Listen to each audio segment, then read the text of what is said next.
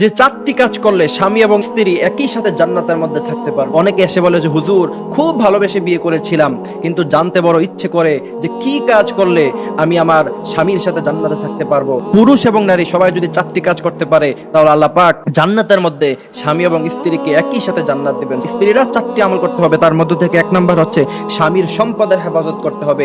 যদি কোনো নারী স্বামীর সম্পদের হেফাজত না করে তাহলে বিশ্বনবী বলছেন ওই নারী হলো জাহান্নামী। দ্বিতীয় নাম্বার, নিজের লজ্জাস্থানের হেফাজত করতে হবে। বিশ্বনবী বলছেন কোন নারী যদি নিজের লজ্জাস্থানের হেফাজত না করে তাহলে সে জাহান্নামী। তৃতীয় নাম্বার, অনেক নারীরা আছে স্বামীকে আমল করার পথে বাধা দিয়ে দেয়। যেমন অনেক নারীরা বলে যে তুমি যদি দাড়ি রাখো তাহলে তোমার সাথে আমি সংসার করব না।